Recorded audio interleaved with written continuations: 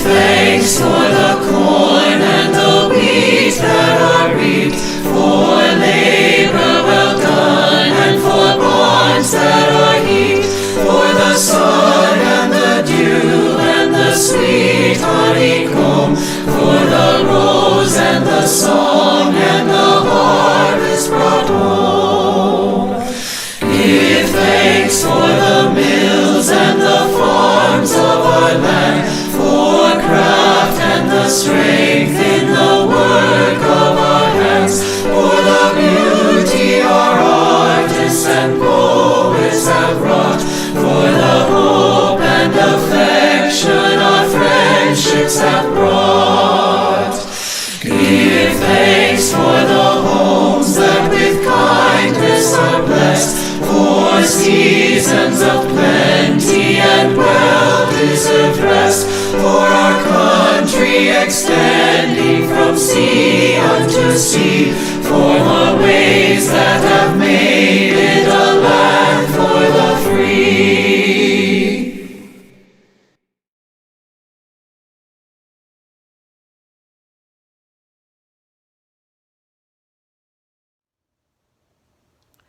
Welcome to this virtual service of the Unitarian Universalist Fellowship of Waynesboro.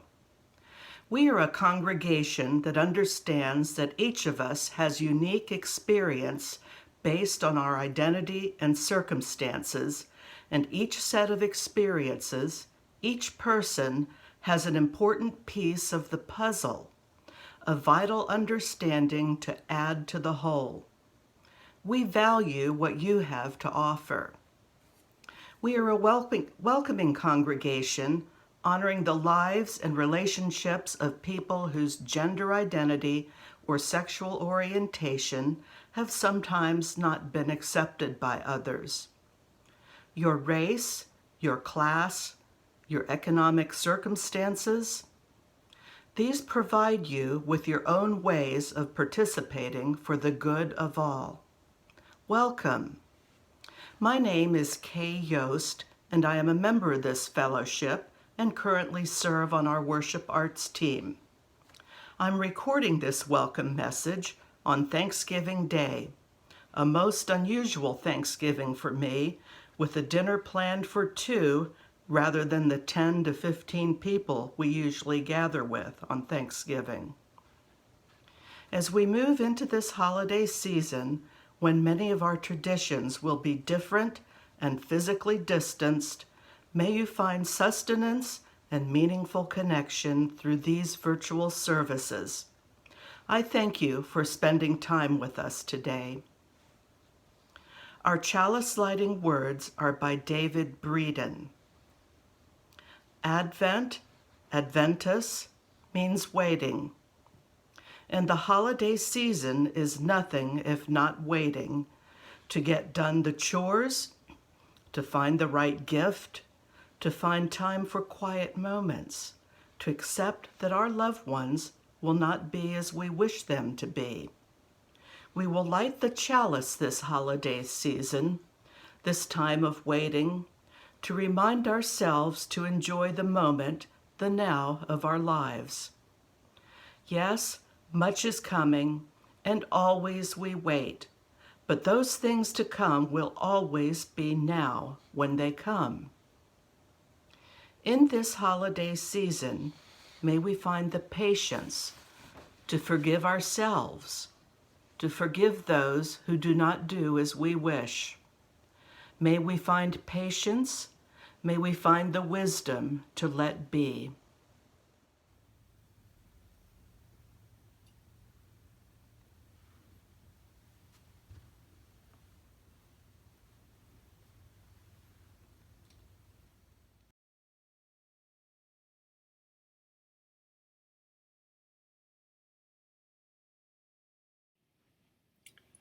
Blessing When the World is Ending by Jan Richardson.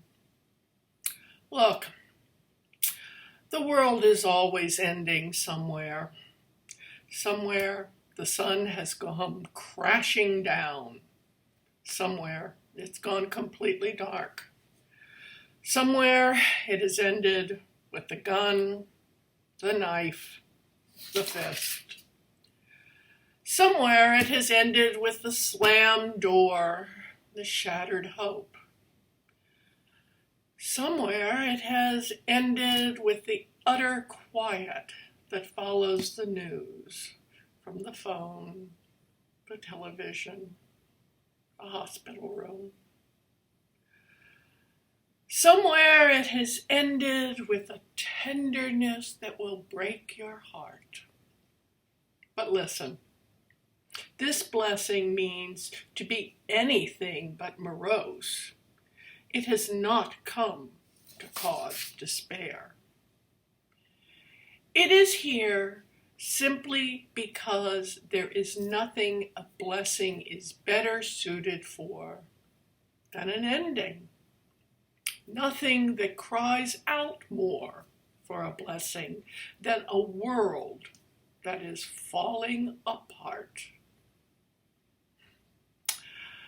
This blessing will not fix you, will not mend you, will not give you false comfort.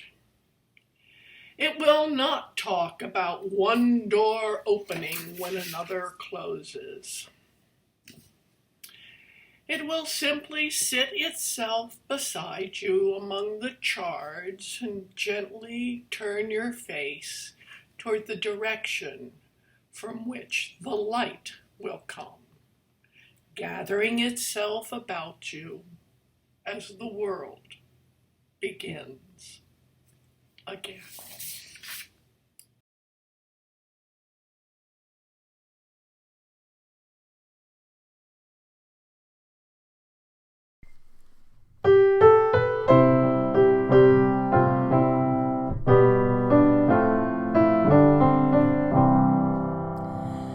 People look east, the time is near of the crowning of the year. Make your house fair as you are able. Trim the hearth and set the table. People look east and sing today. Love, the guest is on the way. Furrows, be glad, the earth is bare. One more seed is planted there. Give up your strength, the seed to nourish, that in course the flower may flourish. People look east and sing today. Love, the rose is on the way. Stars keep the watch when night is dim. One more light the bow shall brim, shining beyond the frosty weather, bright as sun and moon together. People look east and sing today. Love, the star is on the way.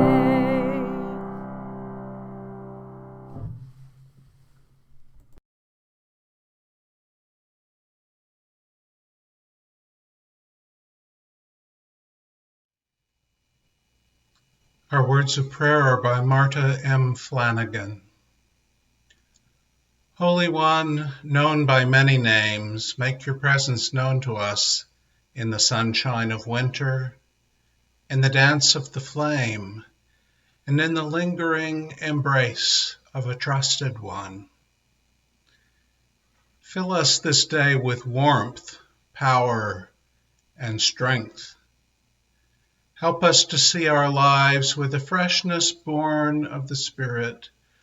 Lift up the blessings, the loved ones, the ones we treasure for simply being themselves, the ones we laugh with, the ones who teach us to trust ourselves. Hold close the ones who are ill this day, those who feel the discouragement of the body. Stand by those who know their time is limited. Fill them and us with courage and peace. Release us from our burdens. We bring the memories of the past, times when we fell short, times when we were hurt. We have fear, worries of what will be and how we will make do. We get carried away with small concerns, the daily issues that press upon us. Help us to let go. Free us from inner bonds. We look at ourselves, the advantages we have been given, the opportunities we have seized. Fill us with a sense of gratitude for the gifts that are ours, knowledge, skills, and hard-won insights. Nudge us to give back, to reach out, sharing our talents, our riches, ourselves with those who are discouraged, disheartened, or simply unaware, with the young, the dispossessed, the elderly. Grab our attention, seize us with the brightness of the day, with the miracles of life itself, that we might be filled with new passion, new resolve, heeding the quiet call to take the next step.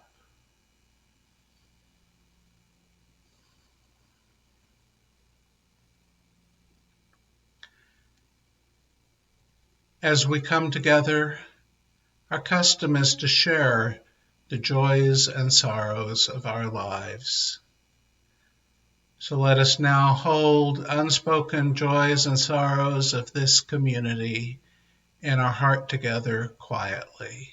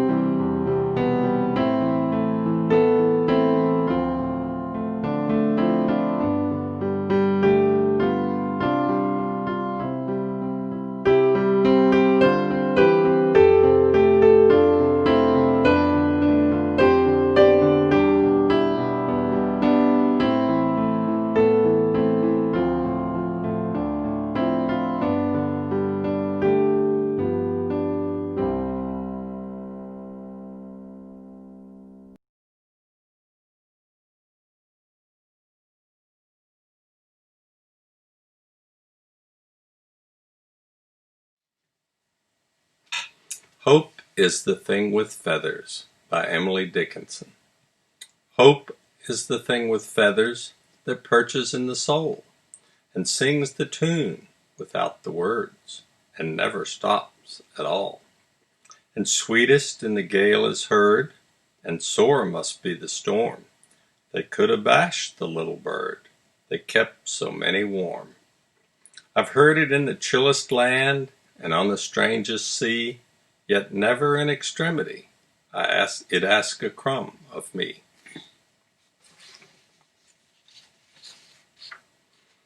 Waiting to be Born by Tess Bumberger.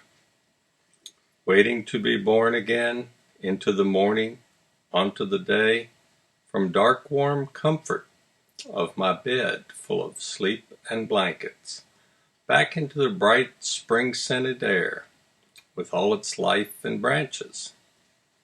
Waiting to be born away into fresh vision and onto clean spirit, to a world of wordless resurrection where life sits side by side with death watching, and the rising and falling of our many human breaths, the daily negotiations of the indefatigable sun, the pretty patterns of our slowly rotating stars, and the childlike candor of bright, unblinking planets glancing at each other now and then with peaceful eyes.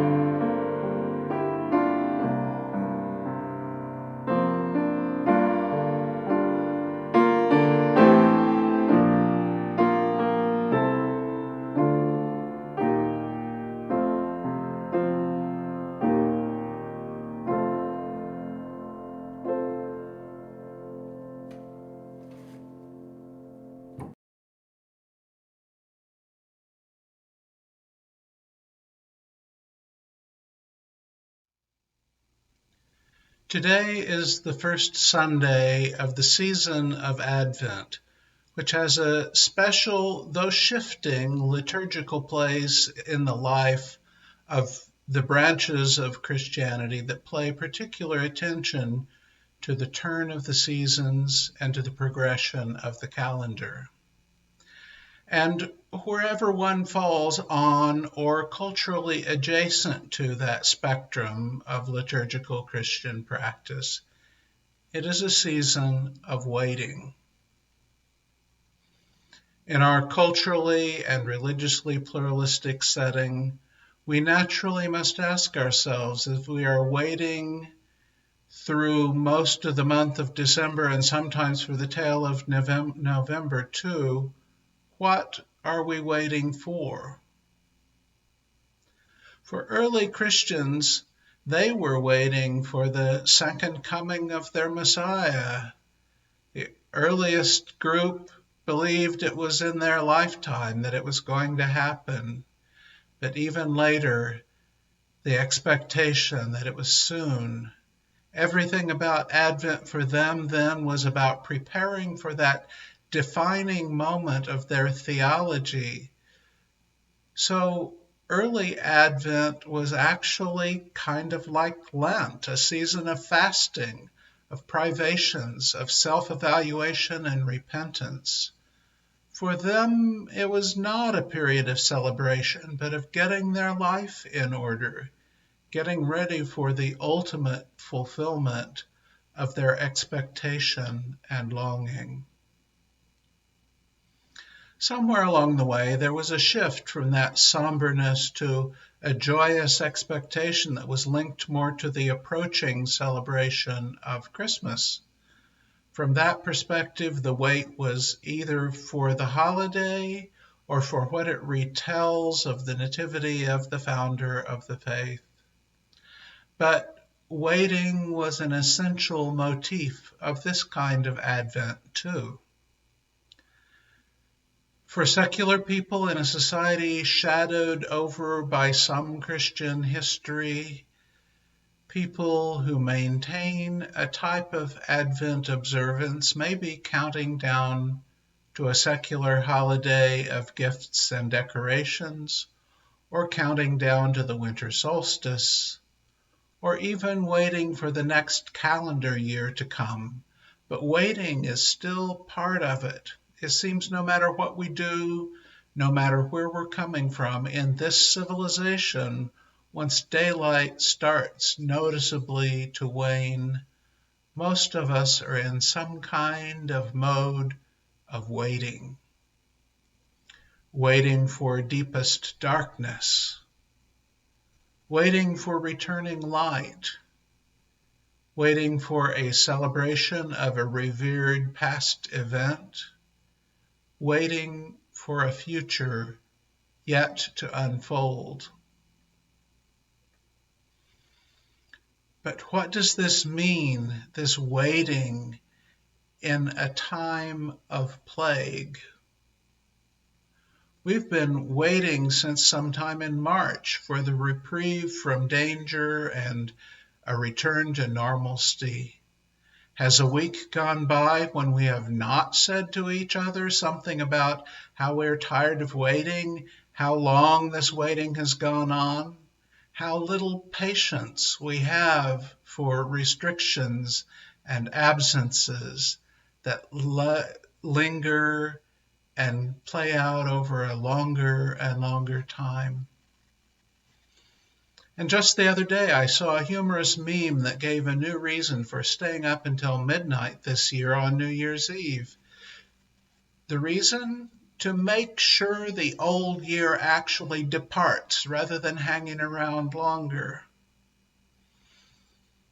What does a season of waiting mean for a nation and a world that has already been waiting so long? Waiting for the chance that never seems to come, or that takes longer and longer to arrive.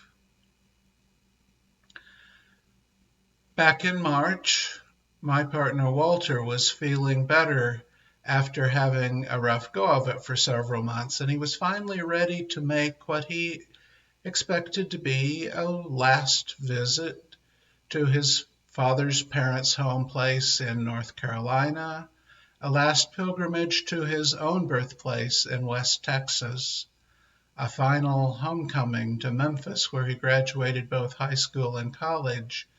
And because of COVID-19, Walter has been waiting ever since March, hoping for the possibility to return to meaningful places with no expectation of being able to do it further times beyond that. And the longer it goes, the waiting eats away at the hope of the possibility coming to fruition. What are we waiting for?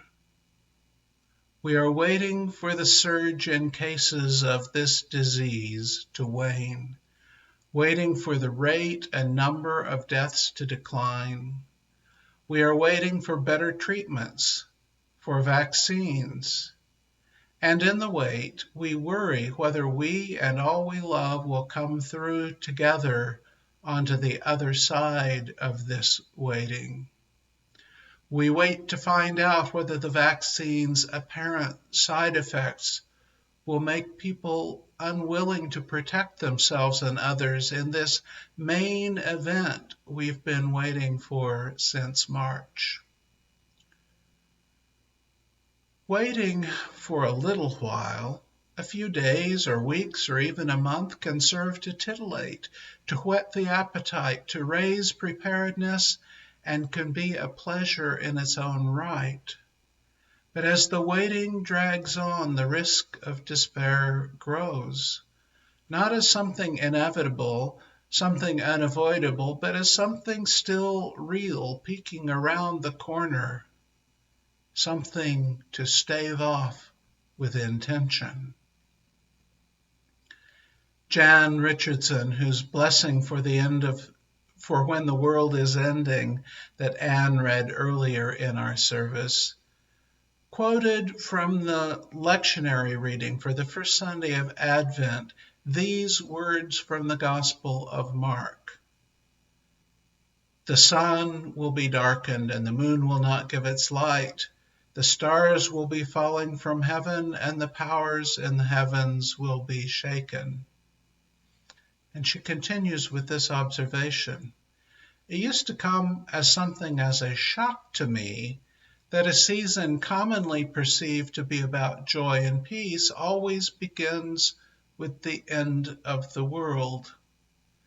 Every year, on the first Sunday of Advent, the lectionary gives us a little apocalypse.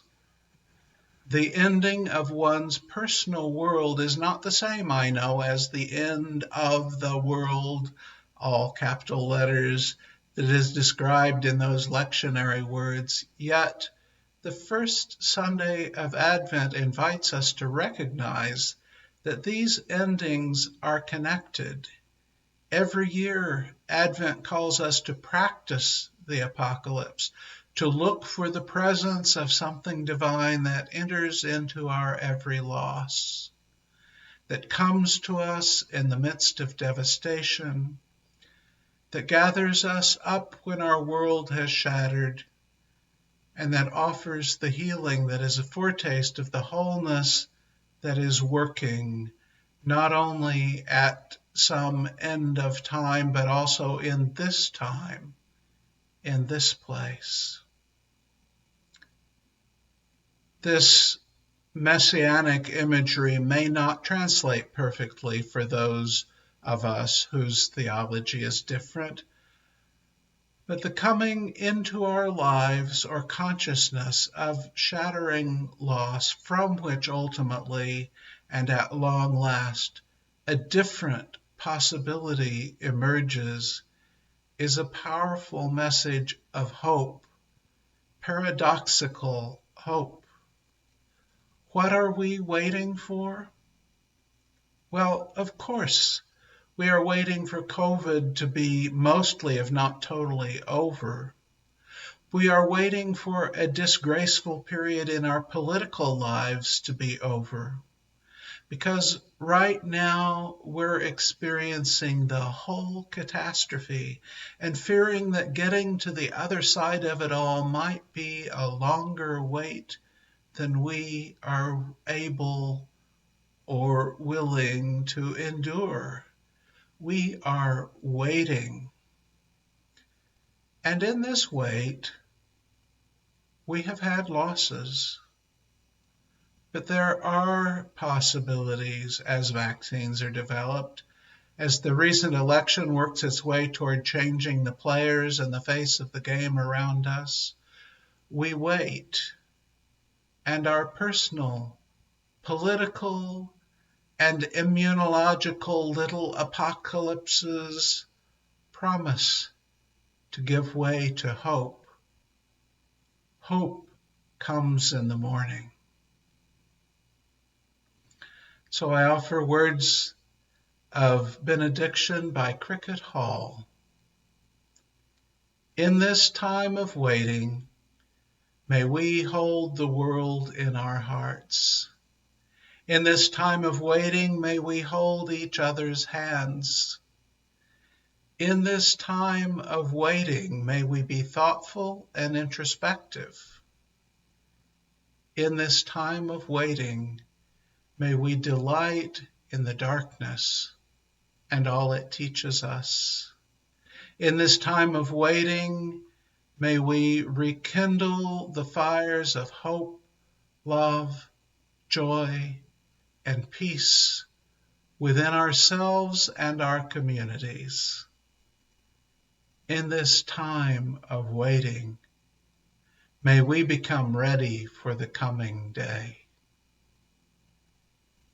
Amen, and blessed be.